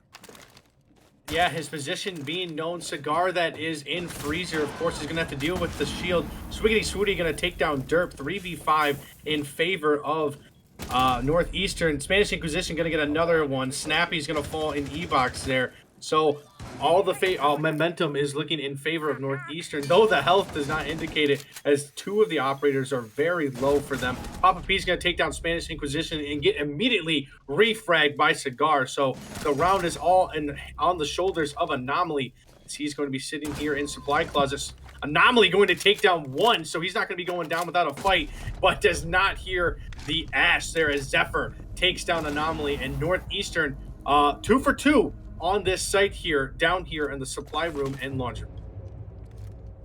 Northeastern, man, they have some moments of just really coordinated attacks. I mean, when they are working together and when things are clicking for them, it seems like nothing can go wrong. I mean, that's another basement attack that looked so brilliant. Kettering had no answer for Northeastern there. It was another very decisive basement push. They found kill after kill. They had crossfires from everywhere, and Kettering could do nothing in response. That is the Northeastern that we need to see for the remainder of this map if they want to force that decider. They're now playing for their playoff lives at this point because they are down a map, so they need to keep on the exact thing we just saw from them. A complete opposite of the round prior when they threw the ace away, peeking trophy door, where they had no utility properly utilized in the tower push. If they can do what we just saw in round number 5 over and over again, just keep that coordination going, keep that just absolute perfect timing going. Double swinging on that freezer and double door of supply room was perfect as well. Keep that going and you can take this map, but they have to get a little bit more consistent with that success. Kettering seemed to have Northeastern's number when it comes to all the other bomb sites on this map, so Northeastern have to shake up that rhythm, stop that pattern in its tracks, and find another win here. I think the word you're looking for, Jay-Z, is consistency. I think we kind of see that from both sides here. We've seen Northeastern, seemingly have great attacks and then kind of just make silly mistakes. On both ends, really. I mean, Kettering overextending in some cases, or at least with just bringing personnel. Right now, we're going to see an extension, though, into Attic. Basically, it looks like a carbon copy of what they did initially on the first time they went through on this site. So, excellent job there by Zephyr to break open the shield. So that allows you to at least help yourselves into Shower's corridor. But, right now, consistency has got to be the key. Especially right now, if you want to win these games. I think that's what separates you from the best of the best in CR6. Well, so far, no player besting one another. We're finally going to have Spanish using the gridlock, an interesting pick, but we'll be using that secondary shotgun, the super shorty, to open up that Shower's wall. Now Cigar on the pressure straight up into the hallway, but it's going to get right shut on down by Snappy. The 416 doing God's work there for the Jaeger and for Kettering as a whole here. Clem now will be opening up this Shower's wall with the exothermic charge, and Snappy has nothing to do to deny it. But the vertical pressure from Kettering is still present, and unless Northeastern deal with it, getting a plant down in dining or kitchen is going to be quite a tall task. There goes the pick, though. Clem finds one, taking down Snappy now, but things are looking even in a 4v4, but the map control is what Kettering have hugely in their favor right now. Bucka is still on that hatch, playing the very same position as last time, and any position through the dining breach, Bucka can stop the plant from going down. Of course, the smoke will make that even harder. The double smoke will do it doubly so. And now Clem will be going for that plant. Swiggity Swooty finds a blow onto Papa. The plant now going down, and the C4 missing by just an inch. And now with the plant down, it is a post plant Kettering on the back foot here. Now they become the attackers. They have to get aggressive. Derp is going to do that by finding one, taking down Spanish, and that will keep things even here in a 3v3. But the showers pressure from Zephyr is too much for that one, but Bucka responds right away. But now the pressure from one is known. Clem is cut down. Swiggity Sooty finds another, and now it is a 1v1 with Anomaly. Anomaly on the swing, and the SMG-11 finds its target. Kettering making it happen. Anomaly doing it all. An excellent retake by Kettering. We saw the adjustment from Bucka, though he was on the vertical play. The double smoke, smart play by Northeastern to deter them from attacking from that vertical point. Excellent adjustment by both sides there. Key picks, key gunfights. I have to imagine the IGLing of the communication from those who were dead was on point for the retake, because it seemed like Northeastern had won that round, having the man advantage, having the plant down, the pressure applied, seemingly shed off by this Kettering squad. The sides are now switching, Barrett, and now we're going to have to see Northeastern use what they learned from Villa and apply it to Oregon, and they have to do it right away. They cannot wait till round 12 to actually make the change. They can't wait until overtime. They need to do it right now. That change will, of course, be playing passive on the site. Force Kettering into uncomfortable positions, because what Kettering do on their attack, at least what they did on Villa, was simply open up the walls and wait. They for Northeastern to present the kills to Kettering. That's exactly what Northeastern did in their unsuccessful moments. They found success by playing passive, by playing patient, by playing mature, high-class siege, utilizing power positions, utilizing the time and the ability that they have to just sit there and wait. Northeastern can keep that up. If they can do that, if they can start things off in style on Oregon here, Kettering will struggle to get these attacks going, but Kettering have the momentum. Anomaly made it happen in such a clutch way on the Bucka as well. They made it happen in those closing moments of round number 6, and so now feeling good going into their attack. This is exactly, if you're a Kettering fan or a Kettering player, this is the perfect situation for your team. The next thing to do is to move ahead and swiftly get map control and swiftly take control of these bomb sites. Yeah, and it looks like, we saw from above from our observer, Attic is completely extended differently compared to what Kettering did. They had a deployable shield, they had ADSs. Now we do see the ADSs, but they are far deeper inside the Attic here. Of course, you have the signal disruptor placed on that wall to deter any type of attack, but interesting play there, as we're going to see. This is just how teams play. We see a different attack here. As we're going to see Papa P to launch some utility in here, holding up basically a pixel angle there. Wow, very small angle there in order to see an attacker, or I'm sorry, a defender walk across that doorway. But just how different teams play here, is we're going to see the Ash Charge break open the signal disruptor, but I think he was not bandit tricking, but mute tricking that wall, if you will. An interesting play by both sides here. So we're going to see Papa P swing in here. He's going to get a piece of Spanish Inquisition, trying to get one more. He's going to live with his life, but cost almost all of his health for that gunfight. But of course, he did win one of the gunfights. The Alda is going to kill Derp, and Swiggity Swooty is going to take down Snappy. 3v4 in favor of both of them, as we see Clem now take down Bucka, but now it's going to be a 2v3 in favor of Northeastern. So right now you want to slow down the pace. Papa P is going to take down Sweetie Swooty, evening everything up, but Anomaly is going to go down by Clem here, and Papa P is left with almost little health in order to retake this site. Very impossible, unless I speak too soon. Zephyr is dead, but now it is a 1v1 in favor of Clem. He does have the camera, the evil eye there, so they do know he's in the breach, and Clem will take care of that. Excellent job by Northeastern to start out this first round of defense. Well, I'm going to bring up the big word. That's a super long word. We don't like to say it often. It's the word yikes, okay? Now, I'm going to throw that one in the mix, Barrett, because that round, that's what I'm feeling there, okay? The adaptation, we talk Northeastern, that really should bring out, we saw the opposite play. They swung everything, and I mean everything, even swinging double window when it makes absolutely no sense to do so. But if you look at the result, if you look at the way the round shook out, and you look at who is victorious at the end of round number 7, Northeastern came out on top nonetheless. So their strategy worked. Whatever they decided to bring just then, the swing everything strategy, it worked for them in that round, and maybe it will work going forward.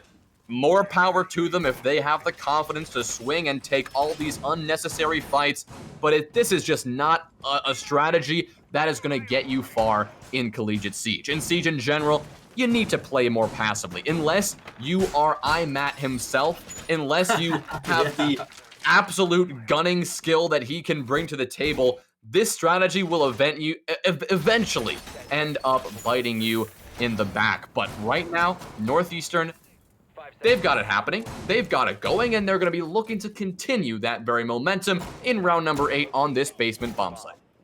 Yeah, and it's going to be, as we see, almost every player spawning from the blue bunker side. So like, the complete opposite of what this Northeastern squad did.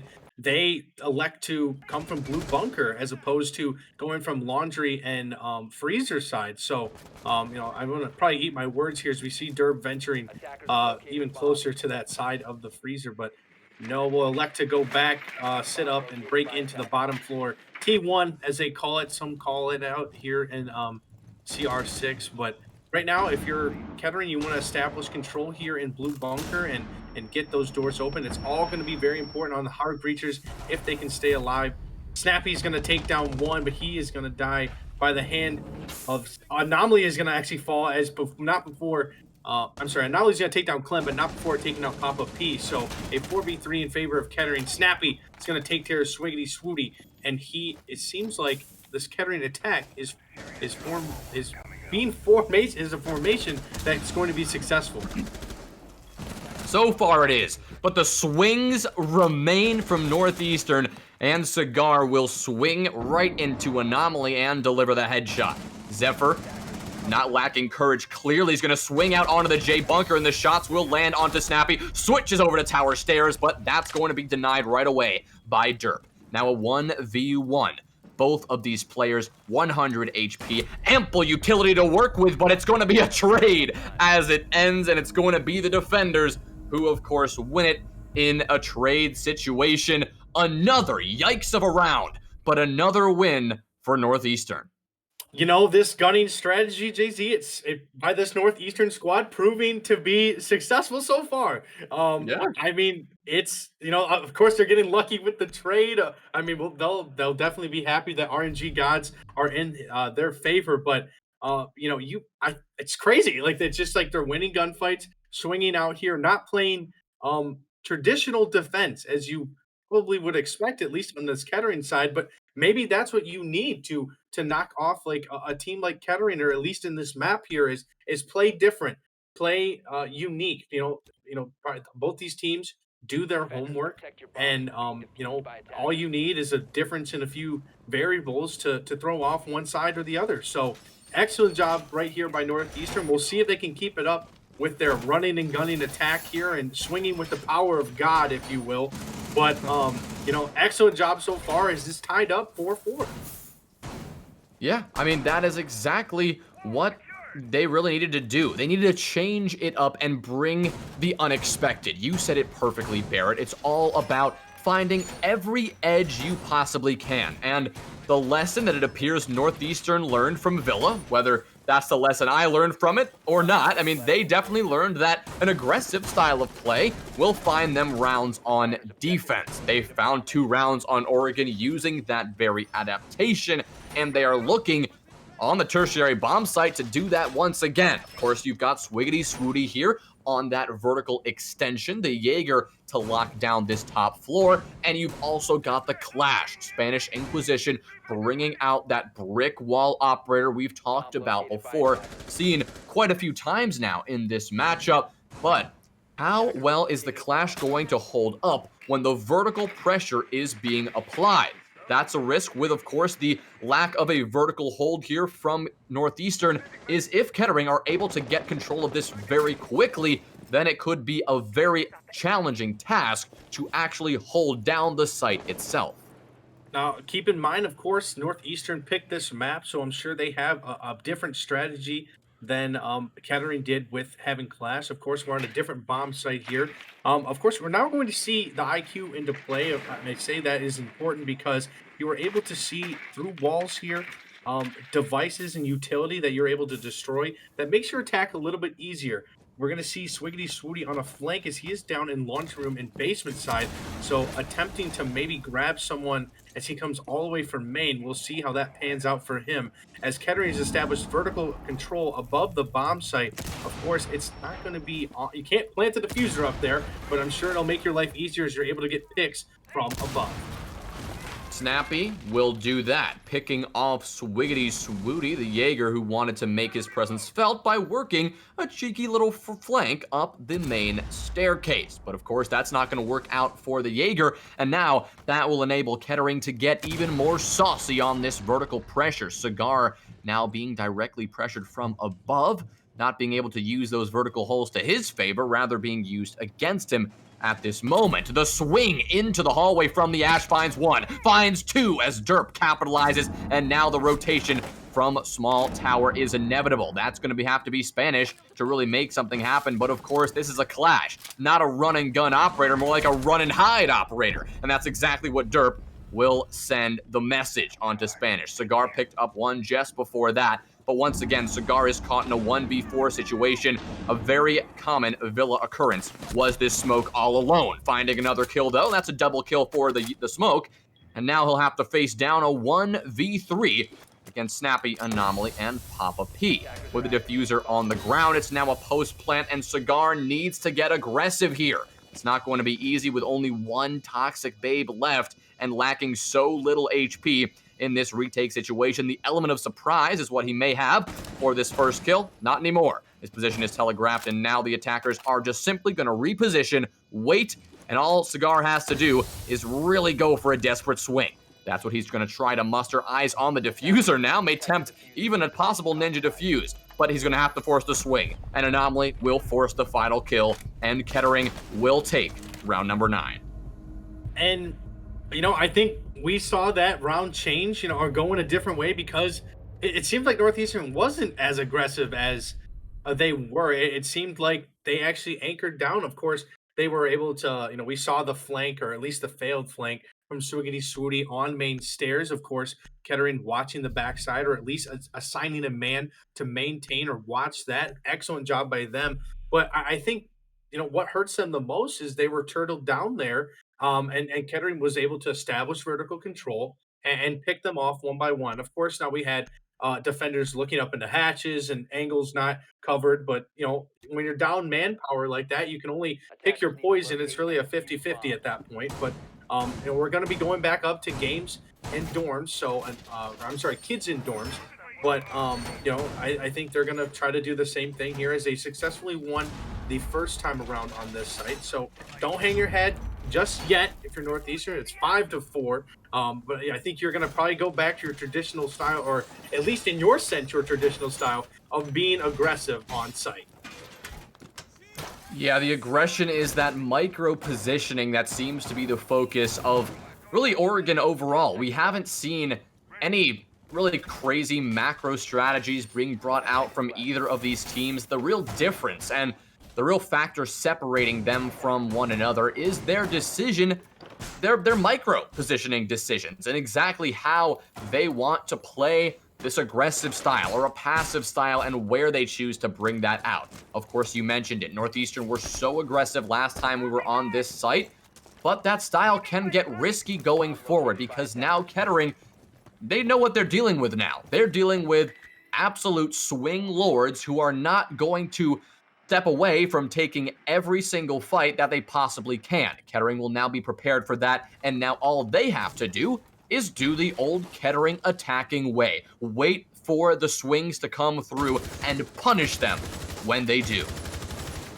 Yeah, and it seems like an interesting play here as they've reinforced almost every doorway extruding out from the site. Luckily, I'm going to be out here. Maybe he hears someone. Or he's going to be on his drone, of course. So, yeah, if you're going to basically roles change here, is we're going to see maybe Northeastern attacking and defense is only just a name. You can stick to your play style as much as you want, as we're going to see Bucket here with the IQ take down that utility. So maybe the attempt of Spanish Inquisition to pull out another signal disruptor, but that is not going to be the case. As Anomaly is going to get that exothermic charge on the wall there into game. So, tough for them, but I think that's why you ban the IQ in the first map. Well, Snappy now capitalizing on Zephyr going for what it appeared to be a melee kill on a drone. Bucka finding another one, taking down Swiggity Swooty, and once again, the Northeastern defensive prowess is dwindling. Of course, Derp is now dropped outside big window, but can easily be picked up and will be back in this fight in just a moment. Cigar wants to challenge on this trophy door, knowing that the pressure, the crossfire has now been established, but it's Papa finding the blow. The only puff Cigar is taking is of the bullets from the Zofia. With Clem on the ground, it's going to be all up to Spanish. He finds one on Tabaka, but has 4 more attackers to find, and now the push is coming through.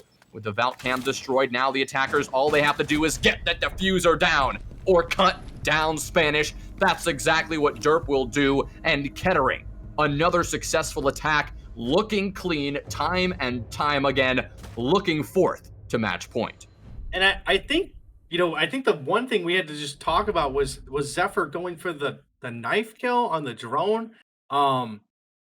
Interesting play in my opinion, as we're going to see Kettering on match point, but that to me was a confusing spot there. But excellent job by Kettering to bring the IQ. Of course, you're able to now get in that breach from Master Closet, and you're able to at least open up a line of sight or establish a crossfire from Trophy into Master, into that attic doorway, or at least at least establish a presence in there. So excellent job here. Now, if you're Northeastern, I think you need to be aggressive here. It's worked for you so far in tonight's match, but you're going to have to pull it out here as you're sitting, staring against match point.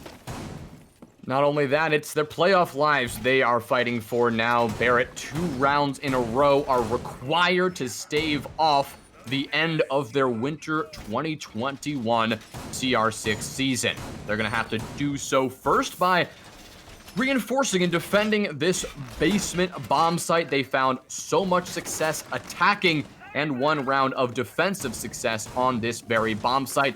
But can they replicate it? The very strategy that found them success the last time they were here just absolutely was their thorn in the side that they could not overcome just 1 round ago. Kettering have found the way to punish the micro positioning mistakes. They found a way to punish that aggression, and so now Northeastern need to realize what they're dealing with and change accordingly. We saw on Villa in the last 2 rounds of their defense, they realized what they had to do, they made the change, and it worked. You have to hope, for Northeastern's sake, that they can realize what they need to do again, that they need to not overly aggress, not swing and contest angles that have no business being swung. Maybe they can find success there. It's the J bunker push. That is going to be the focus of this early game, as Snappy's going to use that utility dump towards the Kaid, and Swiggity Swooty won't have an immediate answer. And now being forced out by the Zofia utility, Kaid is now going to have to make quite a play. Swiggity Swooty will do that, taking down Papa with the C4, but now the pressure is mounting, and goodbye Swiggity Swooty. Zephyr finds one and Bucka responds right away, keeping things even in a 3v3. Yeah, 1:55 here left. Cigar is going to take on Snappy with an excellent shot coming from Freezer. So 2v3 now, full health on the board for everyone. It looks like the adjustment, the diffuser is in hand for attackers, but could we be coming to another trade situation? Cigar, it looks like he is going to go off and attempt to flank. Of course, Bucka is on his drone, so the Claymore is out. So the attacker does have to keep in mind, if he wants to get a little bit spicy here towards the later points of the match. So Bucka right now, I'm not entirely sure where he placed that Claymore. I'm sure it was in a spot that he thought was going to be traveled through by this attacker. Bucka firing shots from Boiler Room Pillar here onto spots across the hall there.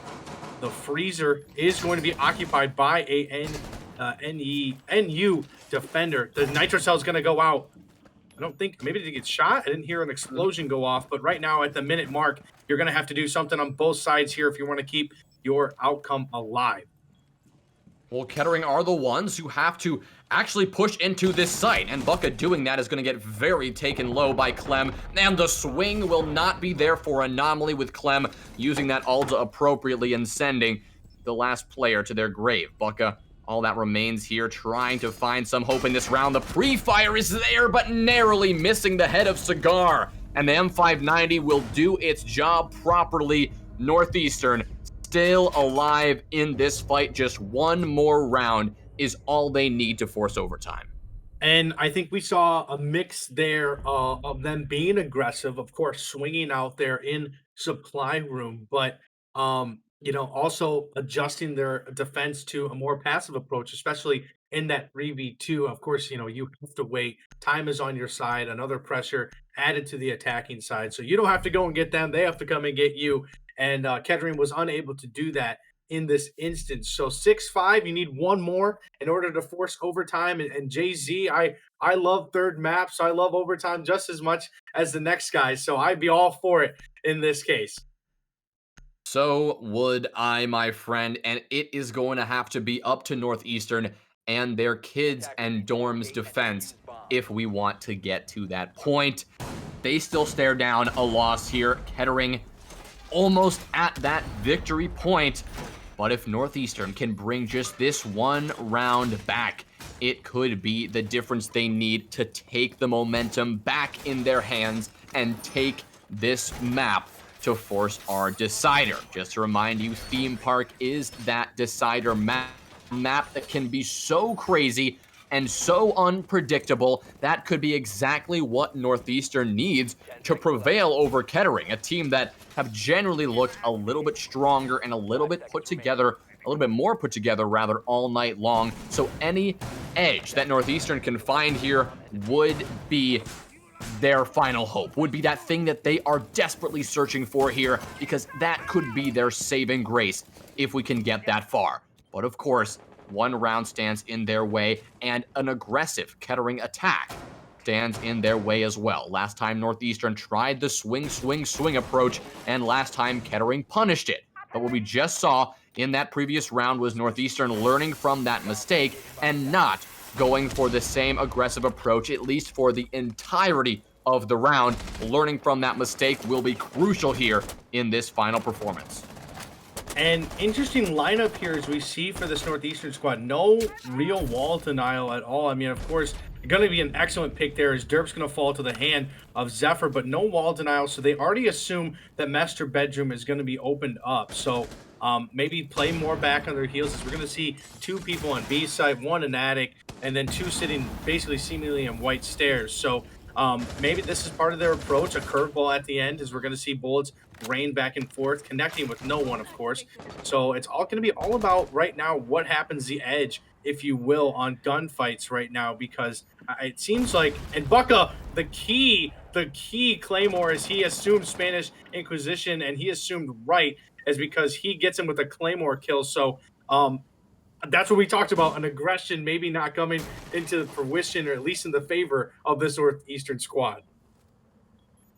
Things will be kept even in that 4v4, but Zephyr gonna take quite a bit of damage there. No HP left, only one to speak of. Snappy full blinding himself, but regardless, still gonna push on into attic and find the kill onto Swiggity Swooty. Papa P taking down Zephyr. Now a 2v4. Cigar and Clem gonna have to clutch it up, but Bucka shuts down one, and Snappy shuts down the last. Kettering, round number 12. They made it happen, and they took the series. They have booked their ticket to the semifinal match. Excellent job here by Kettering. Of course, the smart play by the Claymore in the end, or in this match point round. That was seemingly not the decider, but it seemed like the one that was a catalyst to the victory for Kettering in that round. Excellent job. Props to both teams. If you're, the Northeastern squad, you can't hang your head. I mean, you've made it to so far in this playoffs. I mean, now you just regroup and gain more chemistry, scrim and get more strategies together in order to build more cohesion with this team as you prepare for the next session of CR6 coming. I think you bring up a great point, and we'll obviously get to the success of Kettering in just a moment. But from Northeastern, there were moments where they really looked put together, where they had either a great defensive performance, learning from their mistakes and making some changes, and they had a handful of brilliant attacking performances as well. I mean, Oregon was a very different map for Northeastern. Clearly, they were a lot more comfortable on that ground than on somewhere like Villa. So seeing them go forward, I am eager to see this team grow and expand because they are clearly a competent team with a good general mindset of siege. But we're going to have to see them put in that work and grind because teams like Kettering are always around to stop a team like Northeastern in their tracks, even if Northeastern was able to get this far. But for Kettering, another clean performance and another match where they have proved their prowess, where they are showing that they are not going to lose any match you throw at them. That was three victories now in the playoffs to add to five in the regular season, and now they are looking clean, looking forth to what could be another victory in a semifinal match. But now, with all of these wins under their belt, a completely undefeated CR6 winter season so far, what can stop Kettering? And I think it's important if these other teams are, I imagine other teams are looking at this match tonight. I mean, Northeastern, I think not the most adversity given to this Kettering squad, but definitely showed that there are some kinks in the armor. But you're able to, take this. Other teams are able to take this kind of as a playbook, if you will, in order to see what you can deter. Of course, as the season progresses on, the most part, each team is streamed, so you're able to grab a VOD and you're able to just sit down with your team and, hey, this is what they like to do. Let's do this to counteract this. I mean, it's all a learning game. It's all a big chess match, but I think both teams, did excellent tonight. Of course, Kettering moves on, but we talked about just more experience from this Northeastern side, and you're going to be so much better down the road, especially with the new season just around the corner. Absolutely. But just as we talk about that and Kettering's success, we've got the man himself in the booth, the brotherly love. Now, I'm sure it's going to be a plenty, but first, Bucka, I'll quickly start with you. How are you feeling after this matchup? Pretty good. I mean, map one was nice and clean. Map two was a little sloppy, not what we like to see, but it is what it is. And at the end of the day, got the dub, moving on to the next round of playoffs, which is always a good thing. All right, Barrett, Uh, take it away. Yeah, first off, I'm proud of you, bro. Awesome job. Awesome to see you guys coming out here and winning. I think you guys have, at least embraced me as a noob in the R6 community. So it's good to see you. I'm sure mom and dad are proud as well. But I just wanted to focus. You mentioned map two was sloppy. The option to go to Clash in that second round there, what was the mindset behind that? I know that's something you guys like to do, but obviously it didn't work out and you guys went back to it again. I just wanted figure out what was the mindset behind them. So in first round, messed it up, faced it by accident, and then second round, faced it again. But it is what it is. Got to keep that stuff hidden, though. That is right. That is true. I already know Bait from UTD sitting there in this chat right now watching, so I ain't saying much. Right. I have my final question here, Jay-Z. Of course, how far have you guys come as a team? When we talked about Northeastern, of them building more cohesion and chemistry, as they have brought out at least 7 guys here in the CR6 format. You guys have come out here with at least 6. How's your team grown together? Each day in and day out, learning as the season progresses. Well, every day, I mean, guys are on playing, just even unranked or something, SI event obviously, which just came out, but just putting hours in the game, and then especially when we stack together, it really helps the cohesion because then you come into comp and you know what your teammates are capable of. So if they say they're going to do something, you know for sure that they're going to do it, instead of like playing against randos and ranked and all of a sudden that they say they can swing that, but then they just get slammed and now you're down 4-5 or whatever. But from our first season with CR6 Summer, we've came a very, very long way, and we have come a much better team.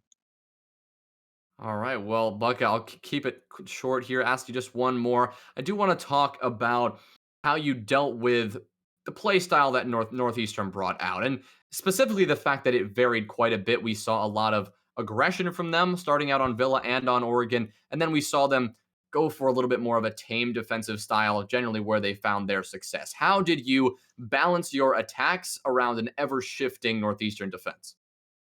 Well, we kind of had a good idea of what they were kind of playing towards on their play style, and we were pretty prepared for it going ahead.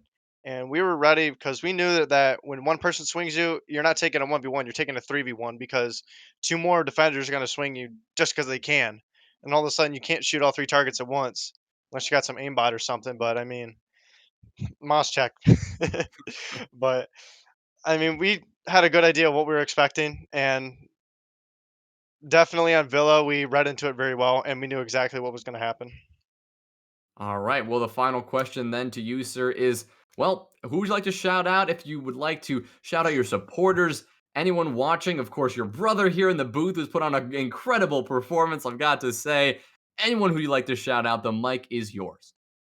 Definitely the boys. I mean, they've put in so much time in the past 6 months or so, 7 months, that it's unreal on how far we've gotten from where we were. And especially, obviously, Lucas, our analyst, or co-coach, sorry.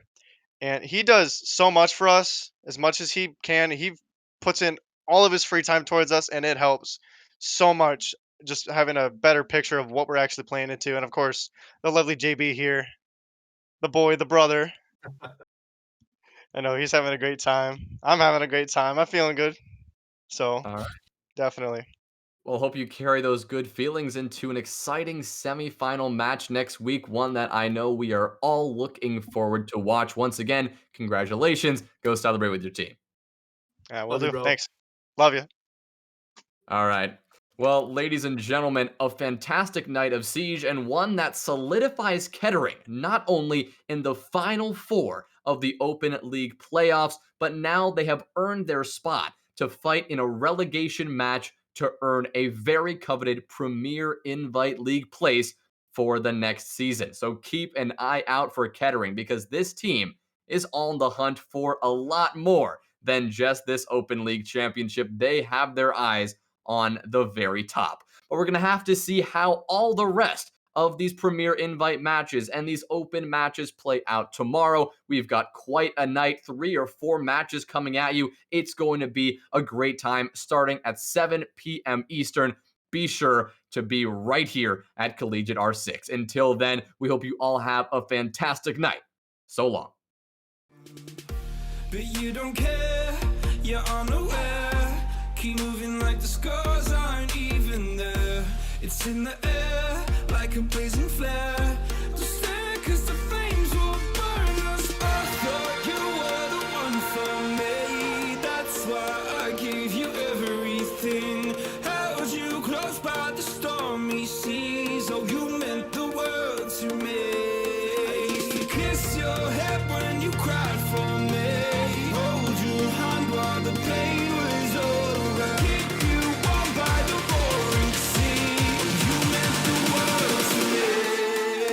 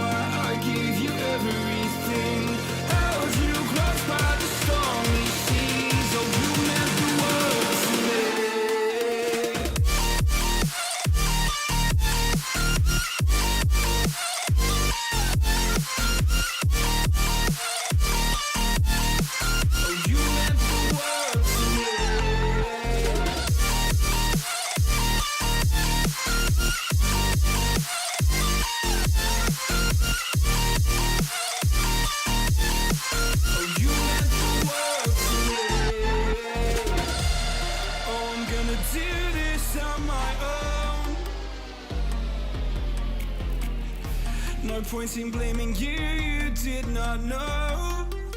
Oh. I thought you were the one for me. That's why I give you everything. Held you close by the stormy seas. Oh, you meant the world to me.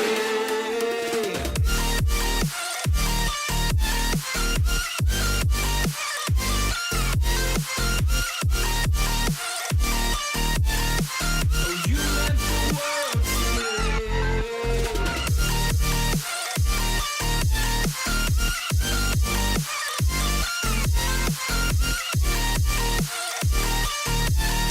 Oh, you meant the world to me. Oh, I'm gonna do this on my own. No point in blaming you, you did not know. Oh, I'm gonna do this on my own. No point in blaming you, you did not know. I thought you were the one for me. That's why I give you everything. Held you close by the stormy seas. Oh, you meant the world to me.